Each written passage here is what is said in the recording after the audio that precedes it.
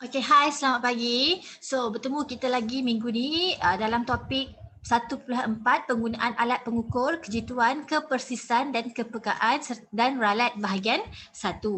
Okay. So, apa yang kita belajar pada hari ini ialah pertama menggunakan alat pengukur yang betul dan cara yang betul untuk mengukur dengan persis dan jitu kuantiti panjang, masa, suhu dan arus elektrik. Manakala yang kedua ni kita tak belajar pada minggu ni, kita sambung minggu depan. Okay. First, apa yang kita dah belajar minggu lepas? Ingat atau tak lagi? Okay. Minggu lepas kita dah belajar tentang kuantiti asas iaitu panjang, masa, suhu, jisim dan arus elektrik. Yang mana panjang, unit SI-nya adalah meter, masa saat, suhu adalah Kelvin, jisim adalah kilogram serta arus elektrik adalah ampere. Okay. Jadi, untuk minggu ni kita akan belajar bagaimana kita perlu memastikan alat pengukur yang betul untuk mengukur dengan persis dan jitu kuantiti panjang, jisim, masa, suhu dan arus elektrik. Tetapi, tahukah awak apa itu persis dan apa itu jitu? Okey, kejituan sebenarnya merupakan kebolehan alat pengukur untuk mendapatkan bacaan menghampiri atau menepati nilai sebenar. Maksudnya alat itu bila kita ukur, nilai yang kita dapat itu adalah hampir dengan nilai sebenar. Manakala kepersisan adalah kebolehan alat itu untuk memberikan bacaan yang hampir sama apabila melakukan pengukuran berulang, dan kepekaan merupakan kebolehan alat mengukur mengesan perubahan kecil sesuatu kuantiti yang diukur. Okay, so kita ada G2, kita ada persis, kita ada peka. Okay, G2 maksudnya bila alat itu kita guna, nilai yang kita dapat itu menghampiri nilai sebenar. Okay, tetapi untuk persis, kita gunakan satu alat dan alat itu kita gunakan berulang-ulang-ulang kali dan bacaan yang kita dapat adalah hampir sama. Okay, dan peka pula merupakan kita gunakan satu alat dan alat ini boleh detect sedikit perubahan pun dia boleh detect. Contohnya termometer digital. Kita punya suhu naik turun 0.1 Celsius tu pun dia boleh detect. So itu maksudnya peka. Okay. So, penggunaan alat pengukuran yang betul untuk mengukur panjang. Okay, panjang merupakan jarak di antara dua titik dan unit SI bagi panjang adalah meter. Antara contoh alat ialah pita pengukur serta pembaris. Okay, dan ini adalah cara bacaan yang salah. Ini pun merupakan cara bacaan yang salah dan yang betul adalah yang ini. Dia mesti berserenjang dengan nilai yang kita dapat. Kita perlu berserenjang supaya kita mengelakkan ralat paraleks. Ralat paraleks ini adalah ralat yang berpunca daripada orang yang melihat ukuran. Okay, contoh kalau saya tengok pembaris itu nak ukur pensel, saya yang salah tengok pembaris sebab mata saya tak betul. So, mata kita sepatutnya mesti berserenjang dengan nilai. Tak boleh dari bawah, tak boleh dari atas. Okay. Yang kedua, untuk mengukur jisim. Jisim ini merupakan suatu objek yang mana kuantiti jirimnya terkandung di dalamnya. Dan unit SI bagi jisim adalah kilogram. Dan antaranya adalah neraca tuas. Okay, neraca tuas merupakan salah satu contoh peralatan yang digunakan untuk menukar jisim. Okay, untuk video ni awak tengok Okay, alat yang pertama adalah neraca tuas. So, ini adalah neraca tuas. Okay. Neraca tuas ini ada tanda warna merah dan merah ini adalah untuk membaca lah.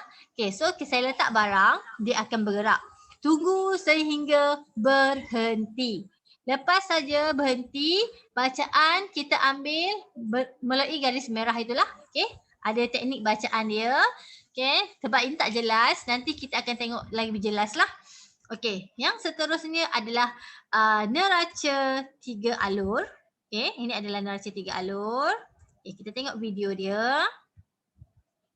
Okay, yang kedua ini merupakan neraca 3 alur. Okay, nampak Okay, neraca 3 alur ni ada 3 skala. Okay, 1. Okay, ni 1, 2 dan 3. Okay, cara nak guna. Okay, contoh saya letakkan kotak. Okay. Okay. Dia. So, Awak tengok dia mesti ada garisan. Garisan ni mesti sama untuk dapatkan dia punya jisim lah. Dan gerakkan satu persatu dia punya skala untuk dapatkan garisan tu supaya sama. Okey, seterusnya adalah masa. Masa unit SI adalah saat. Okey, ini adalah contoh antara peralatan yang kita gunakan. Okey, tengok video ni.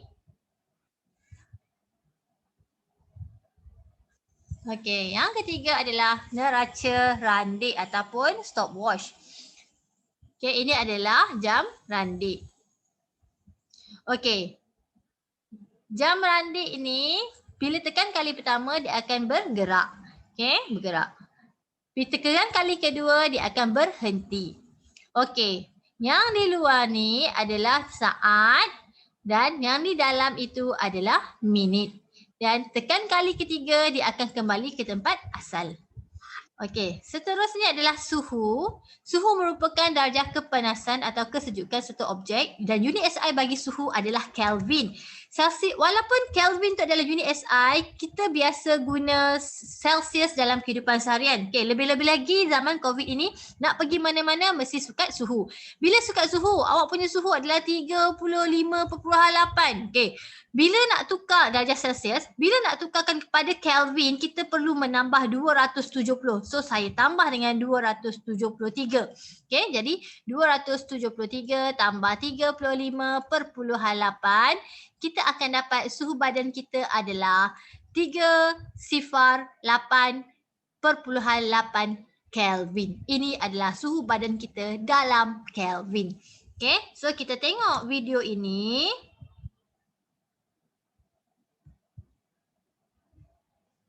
Okay, video ini adalah tentang peralatan ni lah. Okay, yang seterusnya adalah penyukat suhu. Kita ada termometer. Ini adalah termometer makmal. Yang mana bawah ini adalah mercury. Okay, ada mercury. Okay, warna putih halus saja. Okay. Okay, bawah ni berbola lah. Okay, ini termometer makmal. Kalau yang klinik punya, ini termometer klinik, dia sangat kecil. Okay, sebab klinik ini disukat untuk suhu badan manusia ataupun haiwan lah. Jadi julatnya bermula daripada 35 hingga 42. Okay, sebab suhu manusia bermula daripada 35 plus hingga 41 lah paling panas kalau demam. Tapi kalau makmal bermula pada negatif 12 sehinggalah 112. Lebih besar lah. Supaya termometer makmal ni kita guna untuk takat didih, takat lebur. Okay. Semuanya kita gunakan lah. Okay. Seterusnya adalah arus elektrik. Okay. Arus elektrik ini merupakan unit SI-nya adalah ampere dan ammeter digunakan untuk menyukat arus elektrik. Kalau awak tengok kat sini, kita ada ralat. Okay. Bila anak panah tu lebih pada sifar, itu namanya ralat sifar positif. Dan kalau anak panah tu kurang daripada sifar, itu adalah ralat sifar negatif.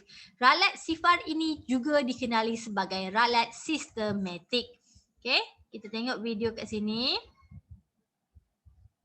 Okay, seterusnya ialah ammeter. Okay, ammeter ni adalah untuk menyukai arus elektrik. Apabila kita pasangkan terminal positif dan terminal negatif disambungkan pada sel kering, okay, jarum ammeter ni akan bergerak untuk menunjukkan bilangan arus elektrik yang terdapat pada sel kering tadi. Okay.